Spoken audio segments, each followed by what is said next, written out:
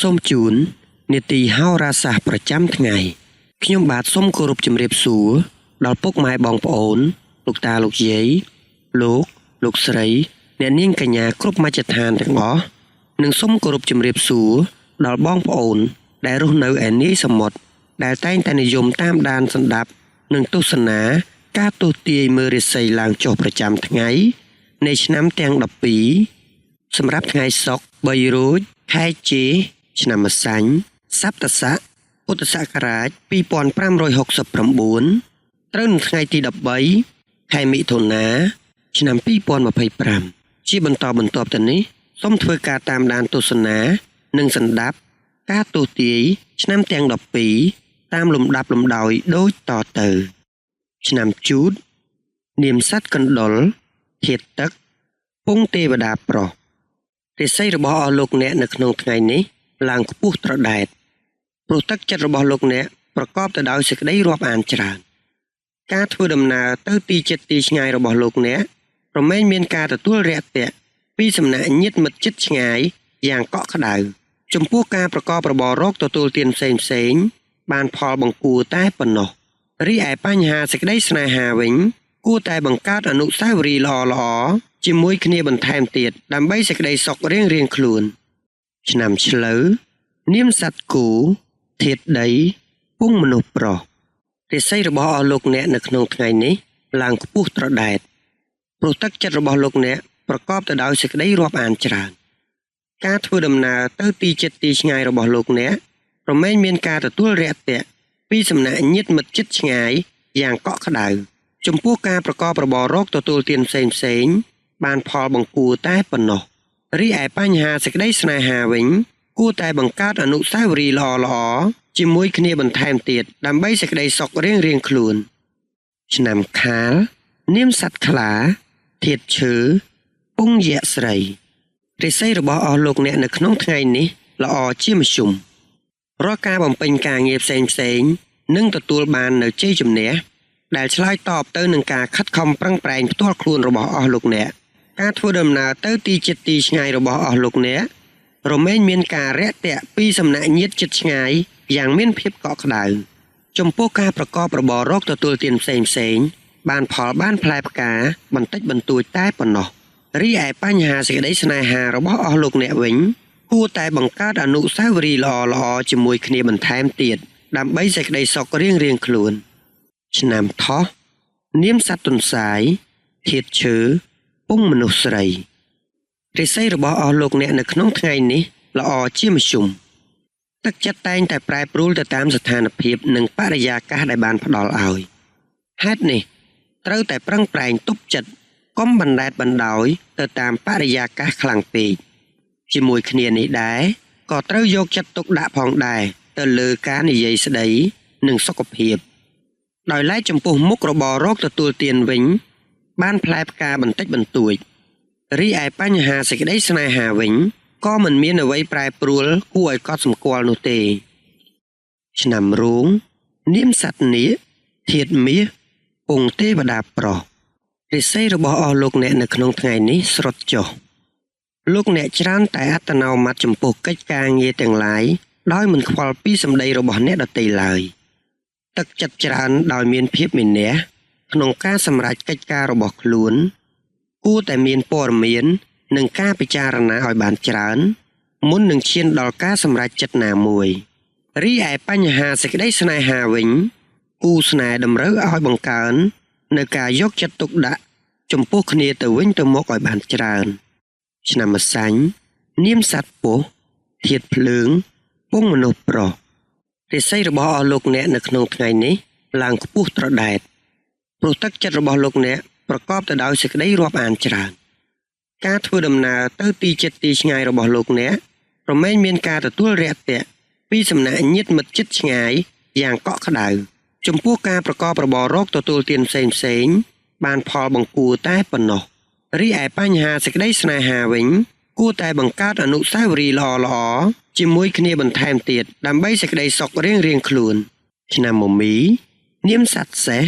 ធាតុភ្លើងពងទេវតាស្រីរាសីរបស់អស់លោកអ្នកនៅក្នុងថ្ងៃនេះស្រុតចុះ គ្រោះកាចអាចនឹងកើតឡើងដោយសារសម្ដី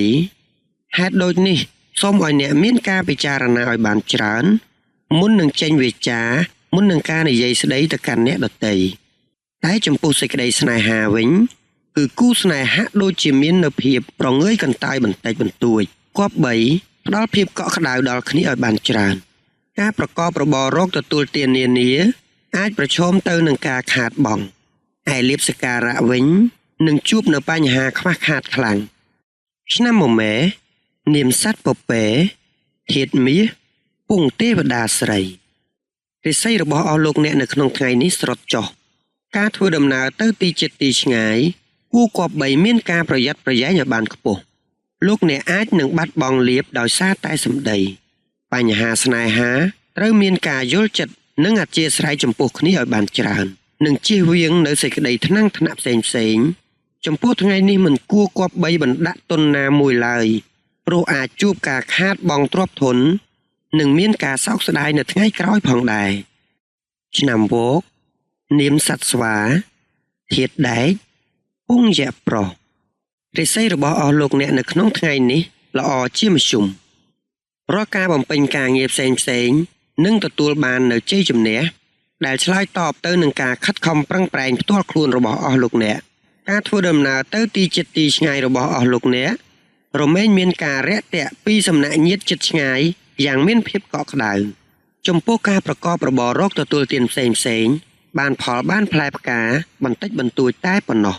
រីឯបញ្ហាសេចក្តីស្នេហារបស់អស់លោកអ្នកវិញគួរតែបង្កើតអនុស្សាវរីយ៍ល្អៗជាមួយគ្នាបន្ថែមទៀតដើម្បីសេចក្តីសុខរៀងៗខ្លួនឆ្នាំរកានាមសត្វមន់ធាតុដីពងយៈប្រុស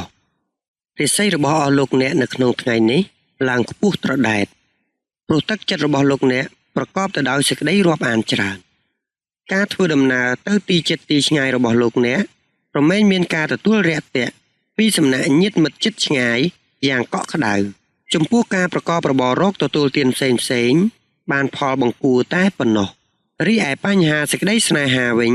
គួរតែបង្កើតអនុស្សាវរីយ៍ល្អៗជាមួយគ្នាបន្ថែមទៀតដើម្បីសេចក្តីសុខរៀងៗខ្លួន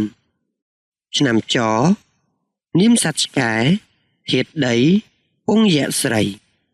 រិស័យរបស់អស់លោកអ្នកនៅក្នុងថ្ងៃនេះស្រុតចុះលោកអ្នកច្រើនតែអត្តនោម័តចំពោះកិច្ចការងារទាំងឡាយដោយមិនខ្វល់ពីសម្ដីរបស់អ្នកដទៃឡើយទឹកចិត្តច្រើនដោយមានភាពមានះក្នុងការសម្រេចកិច្ចការរបស់ខ្លួនគួរតែមានព័ត៌មាននិងការពិចារណាឲ្យបានច្រើនមុននឹងឈានដល់ការសម្រេចចិត្តណាមួយរីឯបញ្ហាសេចក្តីស្នេហាវិញគូស្នេហ៍តម្រូវឲ្យបង្កើននៅការយកចិត្តទុកដាក់ចំពោះគ្នាទៅវិញទៅមកឲ្យបានច្រើនឆ្នាំកុលនាមសត្វជ្រូកធាតុទឹកពងមនុស្សស្រីរិស័យរបស់អស់លោកអ្នកនៅក្នុងថ្ងៃនេះឡើងខ្ពស់ត្រដែតសុខភាពផ្លូវកាយនិងផ្លូវចិត្តមានសភាពល្អប្រសើរខ្លាំងណាស់ដែលគ្របដណ្ដប់ទៅលើទង្វើរបស់លោកអ្នកដែលអាចឲ្យលោកអ្នកប្រព្រឹត្តតែអំពើល្អសុចរិតនិងត្រឹមត្រូវការពោលពាក្យសម្ដីទៅកាន់អ្នកផងតែងប្រកបទៅដោយវិចារណញ្ញាណរីឯការប្រកបរបររកទទួលទាននានាវិញបានផលល្អចំណែកការធ្វើដំណើរទៅទីជិតទីឆ្ងាយគឺមានតែសុខសុវត្ថិភាពគួរជាទីទុកចិត្តបាននាទីហោរាសាស្ត្រប្រចាំថ្ងៃនៅពេលនេះក៏បានឈានមកដល់ទីបញ្ចប់ខ្ញុំបាទសូមថ្លែងអំណរអគុណដល់ពុកម៉ែបងប្អូនលោកតាលោកយាយលោកស្រីអ្នកនាងកញ្ញាគ្រប់មជ្ឈដ្ឋានទាំងអស់ព្រមទាំងបងប្អូនដែលរស់នៅឯនីសមុទ្រដែលបានចំណាយពេលវេលាដ៏មានតម្លៃធ្វើការតាមដានទស្សនានិងសន្តាប់តាំងពីដើមរហូតដល់ចប់ខ្ញុំបាទក៏សូមគោរពជូនពរដល់ពុកម៉ែបងប្អូនលោកតាលោកយាយលោកស្រីអ្នកនាងកញ្ញាគ្រប់មជ្ឈដ្ឋានទាំងអស់ឲ្យជួបតែសេចក្តីសុខសេចក្តីចម្រើនការសម្បត្តិគ្រប់ប្រការធ្វើដំណើរទៅទីកន្លែងណាជួបតែសុខសុវត្ថិភាពទាំងពេលទៅនិងពេលត្រឡប់មកវិញ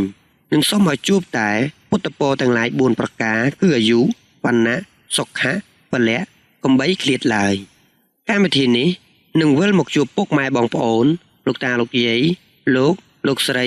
អ្នកនាងកញ្ញាសាជាថ្មីនៅថ្ងៃស្អែកម្ដងទៀតតាមពេលវេលានិងម៉ោងដដែលខ្ញុំបាទសូមអរគុណសូមជម្រាបលា